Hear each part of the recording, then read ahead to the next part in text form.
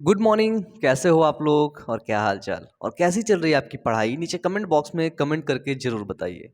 आज बात करेंगे कि बोर्ड एग्जाम में आपको कॉपी किस प्रकार से लिखनी है। देखिए, ये मेरा अब एक ये वीडियो रहेगा खत्म। इसके बाद अब मैं नहीं बताऊंगा कॉपी कैसे लिखनी है, ठीक है। सबसे पहले देखो, मैं कॉपी बना देता हूँ यहाँ पे, ठीक है। बोर्ड एग्जाम की कॉपी आपको जो मिलती है ऐसे लाइनिंग रहती है, ठीक है। समझना अभी, अब इसके बाद से कोई भी यूट्यूब पर वीडियो मत देखना। इसको देख ली, इसके बाद से कोई भी मत देखना वीडियो, ठीक है। सीधे बोर्ड एग्जाम में मिलना। अब पहली बात है कि ये कॉपी बनी, ठीक है। सबसे पहली चीज आपको ध्यान क्या रखनी है अभी से, कि आपको लिखने की आदत डालनी है, ठीक है। लिखने की आदत। अधिकतर लोग रहते हैं नोट्स मांगते रहते हैं, इससे भैया नोट्स दे दो, नोट्स दे दो, नोट्स दे दो। जब नोट्स तुम दूसरे की मांग रहे हो, पढ़ते समय सिर्फ तुम क्लास को देख रहे हो, तो तुम्हारी लिखने की आदत कहाँ है? कहाँ है तुम्हारी लिखने की आदत? जब तुम्हारी लिखने की आदत नहीं होगी, तब तुम एग्जाम में जब आपको कॉपी मिलेगी यही वाली, तो इसमें क्या लिखोगे? इसलिए आज से और अभी से आप लोग लिखने की आदत डालो प्रतिदिन, ठीक है। आप लोग डेली, मैं इतना नहीं कहता बहुत लिखो, ठीक है। प्रतिदिन 30 मिनट से या फिर 1 आवर्स तक आप लिखो, ठीक है। आधे घंटे से 1 घंटे आप लिखो, सिर्फ लिखने की प्रैक्टिस करो।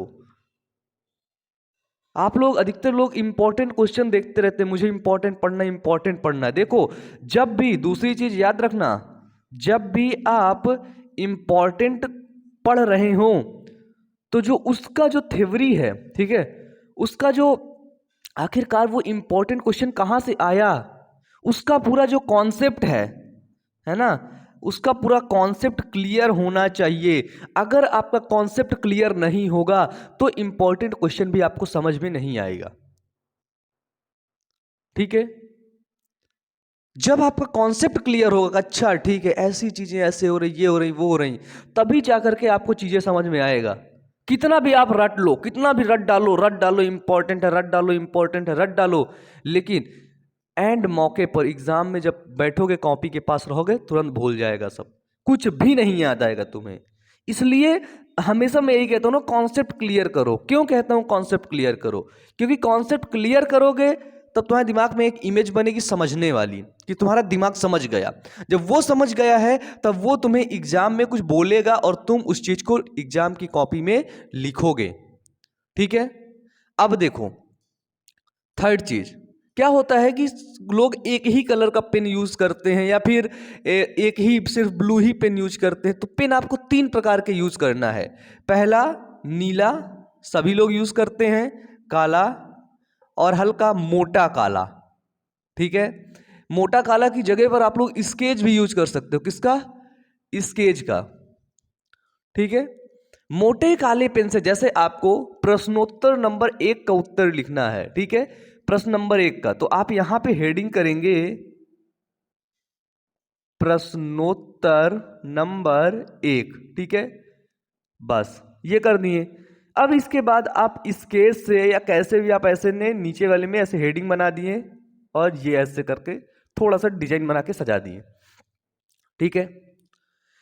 और कॉपी आपकी ज्यादा बड़ी आती है तो आप इस तरफ भी हल्का सा ऐसे लाइन खींच दीजिएगा, और उस साइड से भी हल्का सा ऐसे लाइन खींच दीजिएगा, ठीक है। और कॉपी में देखो, बिल्कुल सही तरीके से लिखना है, बिल्कुल तमीज से लिखना है। ऐसे नहीं लिखना है कि बस बिल्कुल लिखते जाओ, किसी को समझ ही ना आए, एग्जामिनर पढ़ ही ना पाए।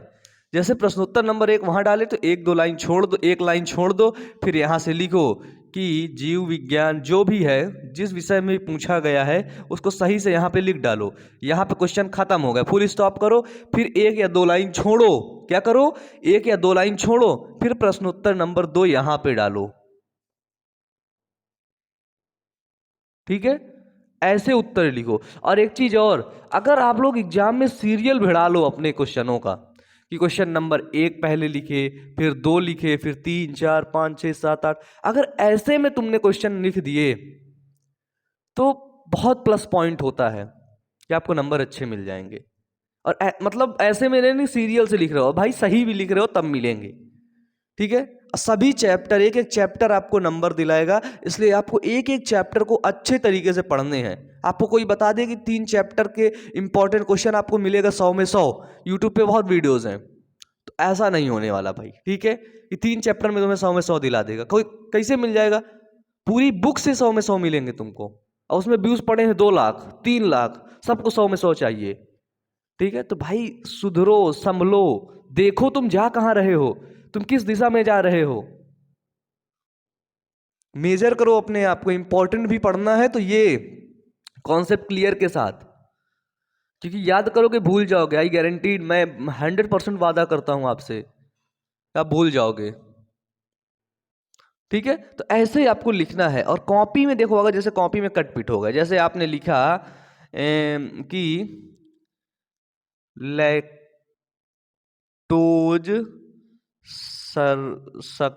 शर्करा, है ना जी, ऐसे लिखे, जैसे ये गलत हो गया, लैक्टोज तुमने लिखे गलत हो गया, तो अब इसको गुचुर पुचुर नहीं करना, उसी में बिल्कुल मार वो कर देना, गलत हुआ एक सिंपल लाइन ऐसे बीच में खींच दो, बस बीच में एक सिंपल लाइन, हाईलाइट नहीं करना। हाईलाइट आपको उन चीजों को करना है जो चीजें बिल्कुल सही हों, जैसे वैज्ञानिक का नाम, कोई इंजाइम का नाम, हार्मोन्स का नाम, कोई सन, उन्हीं सभी चीजों को हाईलाइट करना है, ठीक है। और एक चीज बता दूं आपको, आपके जो पेन है ना उनको सेलेक्ट कर लो, ठीक है। पेन, किस पेन से आपको लिखना है, कौन से ब्रांड का पेन यूज करना है, वो आप अपने हिसाब से सिलेक्ट कर लो। फिर उसके बाद क्या करो, उन पेन को थोड़ा थोड़ा लिख करके, कितना, थोड़ा थोड़ा लिख कर उनको रख दो। फिर उनको जब एग्जाम होंगे तब उनको एग्जाम में लिखना शुरू करना, क्योंकि जो नया पेन रहता है उसको यदि लिखोगे तो वो सही तरीके से नहीं चलता है, स्टार्टिंग में वो सही तरीके से नहीं चलता है, और जब उसका एंड पोजीशन आता है तब वो सही तरीके से नहीं चलता है, बीच में ही वो सही से चलता है। और एग्जाम में आपको सही तरीके से पेन चलने वाला ही लेना चाहिए, और ये मत वो करके जाना कि 1 या 2 ही पेन लेके जाओ, 3-4 पेन भरे रहो, ठीक है।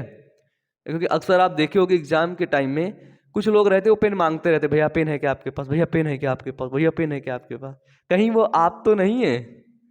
इसलिए एग्जाम में थोड़ा सा पेन वेन और लेकर के जाइए, है ना, ज्यादा वो मत करिए। तो ऐसे करके सिलेक्ट पेन करना है आपको, और लाइन से आपको प्रश्न उत्तर देना है, ठीक है। जो भी आप उत्तर लिख रहे हो हैं आपके अपने कॉपी में, ठीक है, उसमें प्रेजेंटेशन बिल्कुल सही तरीके से होनी चाहिए।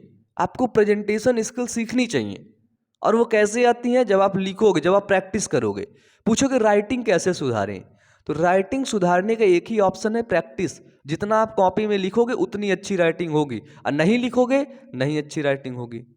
इसलिए कॉपी में आपको सही तरीके से लिखना है, सही तरीके से प्रेजेंट करना है चीज़ों को, किस चीज़ को कहाँ पे लिखना है, कहाँ पे इन्वर्टेड कामा देना है, कहाँ पे पैराग्राफ कैसे बदलना है, पैराग्राफ बदलते समय कैसे लिखा जाता है, इन सभी चीज़ों को ध्यान में रखना बहुत ज़्यादा आवश्यक है।